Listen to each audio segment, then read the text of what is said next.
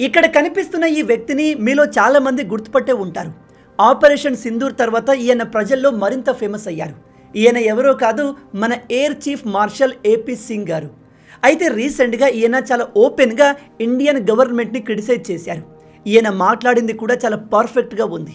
ఇలాంటి వాళ్ళు ఇలాంటి విషయాల్ని రేస్ చేస్తేనే దేశంలో అవేర్నెస్ పెరుగుతుంది, చేంజ్ వచ్చే అవకాశం ఉంది. I think to some extent we need to create some incentive, some good environment so that we get the best people for the job. We are not able to get the best people for the job. People are going outward, they are going and working for some other countries.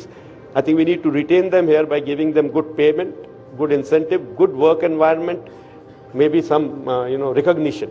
ఈయన చెప్పింది ఏమిటంటే, మన దేశంలో ఉన్న best talent army ఫోర్సుల్లో, air ఫోర్సుల్లో join అవ్వట్లేదు, మాకు బెస్ట్ పీపుల్స్ దొరకట్లేదు అని చెప్తున్నారు. అలాగే మన దేశంలో ఉన్న best and top talented people దేశం వదిలి వెళ్ళిపోతున్నారు.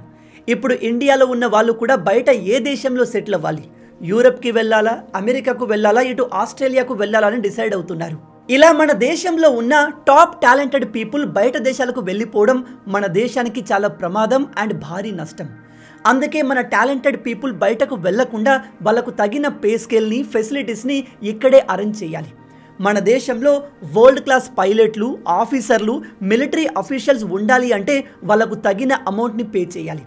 ఇక్కడ తగిన అమౌంట్ అంటే బయట దేశంలో వాళ్ళు ఏ డబ్బుకైతే ఆశపడిపోతున్నారో ఆ డబ్బు ఇండియాలోనే దొరికేలాగా చేయాలి. ప్రజెంట్ మన గవర్నమెంట్ డిపార్ట్మెంట్లో ఉన్న శాలరీస్ని ప్రైవేట్ సెక్టార్లో ఉన్న శాలరీస్తో కంపేర్ చేయాలి. ఇఫ్ ప్రైవేట్ శాలరీ గవర్నమెంట్ కంటే చాలా బెటర్గా ఉంటే మిలిటరీలో, గవర్నమెంట్ ఆర్గనైజేషన్లో జాయిన్ అవ్వాలి అనుకునే ఇంట్రెస్ట్ ఉన్న వాళ్ళు కూడా జాయిన్ అవ్వరు. ఎందుకంటే టాలెంటెడ్ పీపుల్స్కి ప్రైవేట్ సెక్టార్స్లో వచ్చే జీతం గవర్నమెంట్ అఫీషియల్కి వచ్చే జీతం కంటే 5-10 రెట్లు ఎక్కువగా ఉంటుంది. ఈ విషయాన్ని మన air chief marshal AP Singh గారు చాలా ఓపెన్గా మీడియాతో షేర్ చేసుకున్నారు. నిజంగా ఇది చాలా మంచి విషయం. అలాగే ఈయన మన మిలిటరీకి చెందిన ప్రాజెక్టులు ఏవి కూడా టైంకి కంప్లీట్ కావట్లేదు అని క్రిటిసైజ్ చేశారు. అయితే ప్రాజెక్టులు టైంకి కాకపోవడానికి అనేక రీజన్స్ ఉంటాయి. ఉదాహరణకి మనం మన రీసెంట్ వీడియోలో made in India Tejas fighter jet గురించి మాట్లాడాము. నిజానికి గవర్నమెంట్ ఈ ఫైటర్ జెట్లను ఎక్కువ సంఖ్యలో మ్యానుఫ్యాక్చర్ చేయడానికి ప్లాన్ చేసింది, కానీ ప్లాన్ చేసినట్టుగా పని జరగట్లేదు. దానికి ఒక కారణం ఈ ఫైటర్ జెట్లో ఉపయోగించే ప్రధానమైన ఇంజన్ మనం అమెరికా నుంచి కొంటున్నాం. ఇప్పుడు అమెరికా టైంకి ఆ ఇంజన్స్ని ఇవ్వట్లేదు. కానీ ఇక్కడ మేజర్ క్వశ్చన్ ఏమిటంటే, మనం అసలు అమెరికా పైన డిపెండ్ అవ్వాల్సిన అవసరం ఏముంది? ఇలాంటి ఇంజన్లు తయారు చేసే ఇంజనీర్లు మన దగ్గర లేరా అంటే ఉన్నారు. కానీ నేను ఇందాక చెప్పినట్టు మన దేశంలో ఉన్న టాప్ టాలెంట్ వేరే దేశాలకు వెళ్ళిపోవడానికి ప్లాన్ చేస్తున్నారు. ఎందుకంటే బయట దేశాల్లో దొరికే అంత డబ్బు, ఫెసిలిటీస్ మన ఇండియాలో దొరకదు. ఉదాహరణకి డిఆర్డిఓ ఆర్ ఇస్రో లాంటి గవర్నమెంట్ ఆర్గనైజేషన్లో జూనియర్ సైంటిస్ట్ బేసిక్ శాలరీ 40 నుంచి 50 వేల వరకు ఉంటుంది. నేను ఇక్కడ ఎంట్రీ లెవెల్ సైంటిస్ట్ గురించి మాట్లాడుతున్నాను. సేమ్ ఇదే పనిని మీరు బయట కంట్రీకి వెళ్ళి చేస్తే మీ నెల జీతం 5 నుంచి 10 లక్షల వరకు ఉంటుంది. అందుకే చాలామంది వేరే దేశాలకు పర్మనెంట్గా షిఫ్ట్ అయిపోతున్నారు. ఇది వాళ్ళ తప్పు కాదు. ఎందుకంటే మీరే చెప్పండి, ఒకవేళ మీరే జూనియర్ సైంటిస్ట్ అనుకుందాం, మీరు ఇండియాలో పనిచేస్తే నెలకు 50,000 వస్తాయి, అదే అమెరికాలో పనిచేస్తే 10 లక్షలు వస్తాయి. అలాంటప్పుడు మీరు స్టిల్ ఇండియాలో ఉండాలి అనుకుంటారా? ఇప్పుడు మీలో కొంతమంది దేశం మీద ప్రేమతో ఎస్ నేను నా దేశం కోసం పనిచేస్తాను అని చెప్పొచ్చు, కానీ అందరూ అలా ఉండరు. ఒక వ్యక్తి యొక్క బ్యాక్గ్రౌండ్, ఆర్థిక స్తోమత ఈ విషయాన్ని డిసైడ్ చేస్తుంది. మ్యాక్సిమం పీపుల్స్ బయటకు వెళ్దామని చెప్తారు, ఎందుకంటే ముందు ఎకనామికల్గా సెటిల్ అవ్వాలి కదా. ఇక్కడ ఎయిర్ మార్షల్ గారు ఈ డిఫెన్స్ సెక్టార్లో చాలా ప్రాజెక్టులు టైంకి జరగట్లేదు, డిలే అవుతున్నాయని చెప్తున్నారు. ఉదాహరణకి 5th జనరేషన్ ఫైటర్ జెట్ తయారు చేయడానికి గవర్నమెంట్ ఎప్పటి నుంచో ట్రై చేస్తుంది, కానీ అది పోస్ట్పోన్ అవుతూ వస్తుంది. రీసెంట్గానే 2031 వరకు దీన్ని కంప్లీట్ చేస్తామని మన గవర్నమెంట్ మాట ఇచ్చింది. అలా కంప్లీట్ చేస్తే మంచి విషయమే, కానీ అప్పటికల్లా ఇండియా దగ్గర 5th జనరేషన్ ఫైటర్ జెట్స్ ఉంటే అమెరికా అండ్ చైనా దగ్గర 6th జనరేషన్ ఫైటర్ జెట్స్ రెడీగా ఉంటాయి. కొన్ని రిపోర్ట్స్ ప్రకారం ఆల్రెడీ చైనా దగ్గర 6th జనరేషన్ ఫైటర్ జెట్ రెడీగా ఉంది. అలాగే కావేరీ ఇంజన్ పైన కూడా గవర్నమెంట్ ఎప్పటి నుంచో పనిచేస్తుంది, ఇప్పటికీ ఆ ప్రాజెక్ట్ కంప్లీట్ అవ్వలేదు. అందుకే ఈయన టైంకి ప్రాజెక్టులు కంప్లీట్ కానప్పుడు వాటిపైన మీటింగ్లు పెట్టడం ఎందుకు, డెడ్లైన్లు పెట్టుకోవడం ఎందుకు అని చెప్పి క్రిటిసైజ్ చేస్తున్నారు. నిజం చెప్తున్నాను, ఒక ఎయిర్ చీఫ్ మార్షల్ ఇలా మాట్లాడడం చాలా అవసరం. మీరు ఏ పార్టీ వాళ్ళైనా కావచ్చు, మీకు మోడీ అంటే ఇష్టం కావచ్చు, రాహుల్ గాంధీ అంటే ఇష్టం కావచ్చు, కానీ దేశం గురించి ఆలోచించే వాళ్ళు ఇలాంటి క్రిటిసిజం చేయడం చాలా ఇంపార్టెంట్. ఇలాంటి ఆలోచనలు డిస్కషన్లు ప్రజల్లోకి వస్తేనే మార్పు అనేది దేశంలో మొదలవుతుంది. అయితే ఈ విషయాన్ని రేస్ చేయడం ఇదేమి మొదటిసారి కాదు. మన 4 మోర్ ఇస్రో చైర్మన్ అయిన సోమనాథ్ గారు కూడా కొన్ని నెలల కింద సిమిలర్ స్టేట్మెంట్ ఇచ్చారు. ఈయన చాలా స్ట్రేట్గా చెప్పిన విషయం ఏమిటంటే, మన దేశంలో ఐఐటి కంప్లీట్ చేసుకున్న స్టూడెంట్స్ మా ఇస్రోలో జాయిన్ కావట్లేదు. దాదాపు 60% ఐఐటి స్టూడెంట్స్ ఇస్రో ప్రొవైడ్ చేసే శాలరీ ప్యాకేజ్ చూసి రిటర్న్ వెళ్ళిపోతున్నారు అని. ఇది నిజంగా ఒక వ్యాలిడ్ పాయింట్. ఐఐటిలో గ్రాడ్యుయేషన్ కంప్లీట్ చేసిన వాళ్ళకి చాలా కంపెనీలు ప్రయారిటీ ఇస్తాయి. ఈ కాలంలో అది కాస్త తగ్గింది, కానీ ఇంతకుముందు వాళ్ళకు ఎక్కువ ప్రయారిటీ ఉండేది. ఇప్పటికీ కొద్దిగా ఉంది. వీళ్ళను ప్రైవేట్ కంపెనీలు ఎక్కువ శాలరీకి తీసుకుంటాయి. విదేశీ కంపెనీలు కూడా వీళ్ళపైన ఎక్కువ ఇంట్రెస్ట్ చూపిస్తాయి. వీళ్లకు హై ప్యాకేజీలు అంటే మినిమం 50 లక్షలు, 1 కోటి, 2 కోట్ల వరకు ప్యాకేజీలు ఆఫర్ చేస్తాయి. అయితే ఈ ఐఐటి స్టూడెంట్స్కి ఇంతగా డిమాండ్ ఉండి పెద్ద పెద్ద ప్యాకేజీలు ఇచ్చే ప్రైవేట్ కంపెనీలు ఉన్నప్పుడు నెలకు 50,000 మ్యాక్సిమం ₹1,00,000 శాలరీ ఇచ్చే ఇస్రోలోకి వాళ్ళు ఎందుకు జాయిన్ అవుతారు? మీరు చెప్తే ఆశ్చర్యపోతారు. ప్రజెంట్ మన ఇస్రోలో పనిచేసే టాప్ సైంటిస్టులు ఎవరు కూడా ఐఐటిలో చదివిన వాళ్ళు కాదు. ఇస్రోలో పనిచేస్తున్న ఇంజనీర్లలో కేవలం 2% ఇంజనీర్లు మాత్రమే ఐఐటి, ఎన్ఐటీలో చదువుకున్న వాళ్ళు ఉన్నారు. అంటే మ్యాక్సిమం ఐఐటి స్టూడెంట్స్ ప్రైవేట్ కంపెనీస్లో జాయిన్ అవ్వడం లేదా విదేశాలకు వెళ్ళిపోవడం చేస్తున్నారు. మరి ఈ ఐఐటి వాళ్ళు ఎక్కడ పనిచేస్తున్నారు అంటే, Google CEO Sundar Pichai IIT student. మొన్నటి వరకు ట్విట్టర్కి CEOగా ఉన్న వ్యక్తి కూడా ఐఐటి గ్రాడ్యుయేట్. అలాగే ప్రజెంట్ సత్య నాదెల్ల గారు మైక్రోసాఫ్ట్ని లీడ్ చేస్తున్నారు. ఇలా మన దేశం నుంచి విదేశాలకు వెళ్ళిన వాళ్ళు పెద్ద పెద్ద పొజిషన్లో ఉంటూ దేశం గర్వపడే పనులు చేస్తున్నారు.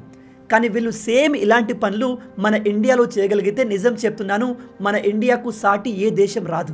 కానీ వీళ్ళు ఇండియాలో ఉండి ఇవన్నీ సాధించలేరు. మన ఇండియా దానికి ఇంకా రెడీగా లేదు. దానికి కారణం ఎవరు అంటే, మనము మన దేశాన్ని పరిపాలించే గవర్నమెంట్. వీళ్ళంతా అమెరికా మీద ప్రేమతోనో ఆ దేశం మీద దేశభక్తితోనో అక్కడికి వెళ్ళలేదు. వాళ్ళ లైఫ్ని బెటర్ చేసుకుందాము, అక్కడ ఆపర్చునిటీస్ బెటర్గా ఉంటాయని వెళ్ళారు. అవే ఫెసిలిటీస్ని మనం ఇండియాలో ప్రొవైడ్ చేసి ఉంటే వీళ్ళు దేశం వదిలి వెళ్లాల్సిన అవసరం ఉండేది కాదు. కాబట్టి మనం క్రిటిసైజ్ చేయాల్సింది వీళ్ళని కాదు, క్రిటిసైజ్ అండ్ క్వశ్చన్ చేయాల్సింది మన గవర్నమెంట్ని. ఇంకో ముఖ్యమైన విషయం, ప్రపంచంలోనే అతిపెద్ద అంతరిక్ష పరిశోధన సంస్థ అయిన నాసాలో దాదాపు 40% సైంటిస్టులు మన ఇండియాకు చెందిన వాళ్ళే ఉన్నారు. ఒకసారి ఇమాజిన్ చేయండి, నాసాలో ఉన్న ఈ సైంటిస్టులు సుందర్ పిచాయ్, సత్య నాదెల్లా, ఇంకా అమెరికాలో పెద్ద పెద్ద పొజిషన్లో ఉన్న వాళ్ళంతా ఇండియాలో ఉంటూ అలాంటి అచీవ్మెంట్స్ని ఇక్కడే సాధించి ఉంటే మన ఇండియా ఇప్పుడు ఎక్కడ ఉండేది? మనం చైనాకు సమానంగా ఉండేవాళ్ళం, బహుశా వాళ్ళకంటే ముందుండే వాళ్ళం కావచ్చు.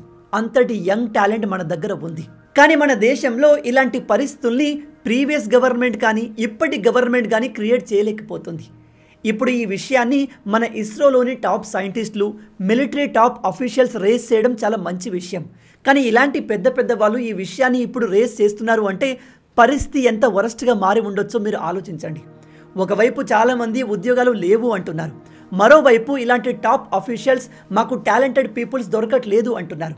కాబట్టి గైస్, ఉద్యోగాలు లేవు అనే మాటను నమ్మకండి, మీ టాలెంట్ని నమ్ముకోండి, కొత్త కొత్త స్కిల్స్ని నేర్చుకోండి. స్కిల్స్ ఉన్న వాళ్ళకు అవకాశాలు ఉంటూనే ఉంటాయి. గవర్నమెంట్ కూడా ఈ విషయంలో కొన్ని సీరియస్ డిసిషన్లు తీసుకోవాల్సి ఉంటుంది. అప్పుడే పరిస్థితులు బాగుపడతాయి. ఎందుకంటే మీరు గమనించండి, రోజు రోజుకి ఇన్ఫ్లేషన్ పెరుగుతుంది. ఒకప్పుడు 10 లక్షలు, 20 లక్షలకు వచ్చే ఇల్లు, ప్లాట్, అపార్ట్మెంట్లు ఇప్పుడు 1 కోటి, 5 కోట్లకు తగ్గట్లేదు. అలాంటి ప్రాపర్టీస్ని ఇప్పుడు కొనాలి అంటే కేవలం ఉద్యోగం చేసి సరిపోదు. ఒకటి, బాగా లంచం ద్వారా సంపాదించి అయినా కొనాలి, లేదా ఏదైనా వ్యాపారంలో సక్సెస్ అయి కొనాలి. అంతేగాని ఉద్యోగం చేస్తూ ఇలాంటి ప్రాపర్టీని ఈ కాలంలో కొనడం ఇంపాసిబుల్. కొన్న లోన్లు పెట్టు కొనుక్కోవాలి. ఆ లోన్లను తిరిగి కట్టడానికి జీవితం సరిపోదు. తప్పుగా అనుకోవద్దు, ఫ్యాక్ట్ చెప్తున్నాను. ప్రజెంట్ ఒక బాగా చదువుకున్న తెలివైన వ్యక్తి ఎవరు కూడా గవర్నమెంట్ ఉద్యోగం చేయాలి అనుకోరు. ఎందుకంటే వీళ్లకు లక్షలు ఆఫర్ చేయడానికి ఇండియన్ ప్రైవేట్ కంపెనీస్ రెడీగా ఉన్నాయి. మరింత ఎక్కువ సంపాదించాలి అనుకుంటే చాలా ఈజీగా వీళ్ళు బయట కంట్రీస్కి వెళ్ళిపోవచ్చు. ఎందుకంటే ప్రైవేట్ కంపెనీలు అండ్ వెస్టర్న్ దేశాలైన అమెరికా, యూరప్లు టాలెంటెడ్ పీపుల్స్ని తీసుకోవడానికి ఎల్లప్పుడూ రెడీగా ఉంటాయి. ఒకసారి ఈ వీడియోని చూడండి. People graduated from a top college or from a college and they desperately wanted to stay here. They had a plan for a company, a concept, and they can't. They go back to India, they go back to China, they do the same basic company in those places, and they become multi-billionaires employing thousands and thousands of people, and it could have been done here. చూసారా, Trump కూడా మన India నుంచి వచ్చే టాలెంట్ని చూస్తున్నారు. చాలామంది అంటారు Trump ఇప్పుడు ఇండియన్ స్టూడెంట్స్ని టార్గెట్ చేస్తున్నాడు, అందరినీ అమెరికా నుంచి బయటకు పంపిస్తున్నారు అని. ఇది కొంతవరకు నిజమే, కానీ వెస్టర్న్ దేశాల్లో ఏ దేశం కూడా టాలెంటెడ్ పీపుల్స్ని వదులుకోవాలి అనుకోదు. అఫ్కోర్స్ వాళ్ళ దేశంలో పనికిరారు అనిపించిన వాళ్ళను వాళ్ళు పంపేస్తున్నారు, కానీ టాలెంట్ ఉన్న వాళ్ళను, అక్కడ బిజినెస్లు ఎస్టాబ్లిష్ చేసే కెపాసిటీ ఉన్న వాళ్ళను ఆ దేశాలు వదులుకోవు. మన ఇండియా కూడా మన దేశం నుంచి టాలెంట్ బయటకు వెళ్లకుండా కాపాడుకోవాలి. దానికోసం మనం ఏం చేయాలి అంటే, నేను ఇందాక చెప్పినట్టు పే స్కేల్ పెంచాలి. కేవలం శాలరీ పెంచేస్తే అందరూ ఇండియాకు వచ్చేస్తారు అనుకోకండి. ఇక్కడ ఒక ప్రాపర్ ఎన్విరాన్మెంట్ క్రియేట్ చేయాలి, సరైన ఫెసిలిటీస్ని ప్రొవైడ్ చేయాలి. రాను రాను మన దేశంలో ఉన్న మేజర్ సిటీస్లో ట్రాఫిక్ ప్రాబ్లం పెరుగుతుంది. 1 గంట సేపు కంటిన్యూగా వర్షం పడితే రోడ్లన్నీ వాటర్లో మునిగిపోతున్నాయి, ఎయిర్పోర్ట్లు కూలిపోతున్నాయి, వేల కోట్లు పెట్టి కట్టిన బ్రిడ్జెస్ పేక మేడలాగా కూలుతున్నాయి. ఇవన్నీ మారాలి. ఎప్పుడైతే మన ప్రభుత్వం దేశంలో ఉన్న టాలెంట్ని బయటకు పోకుండా ఆపగలుగుతుందో అప్పుడే మన దేశం అభివృద్ధి చెందుతుంది. చైనా మనకంటే 50 నుంచి 60 సంవత్సరాల ముందుంది. చైనాను మనం రీచ్ అవ్వడం అంత ఈజీ కాదు, కానీ మన దేశ టాలెంట్ మన దగ్గరే ఉంటే మాత్రం చైనాను రీచ్ కాగలము, ఒక పర్టికులర్ టైంలో బీట్ కూడా చేయగలము. దీని గురించి మీరేమనుకుంటున్నారు? ప్రజెంట్ ఉన్న మోడీ ప్రభుత్వం దేశ టాలెంట్ని బయటకు వెళ్లకుండా ఆపడానికి ఏం చేస్తే బాగుంటుంది? ప్రజెంట్ దేశంలో ఎటువంటి ప్రాబ్లమ్స్ పైన ఫోకస్ చేస్తే బాగుంటుంది? మీ ఆలోచనల్ని కింద కామెంట్లో చెప్పండి, మీ ఐడియాస్ని షేర్ చేయండి. ఇలాంటి ఇంపార్టెంట్ విషయాలు మనం డిస్కస్ చేస్తేనే ప్రజల్లో అవేర్నెస్ పెరుగుతుంది. అండ్ ఈ వీడియోని ఎంత వీలైతే అంత షేర్ చేయండి. ప్రజల్లో ఇలాంటి విషయాలపైన అవేర్నెస్ రావాలి. ఈ వీడియో మీకు నచ్చింది అనుకుంటున్నాను. వీడియో నచ్చితే అలా ఊరికే చూసి వెళ్ళిపోకుండా వీడియోని లైక్ చేయండి.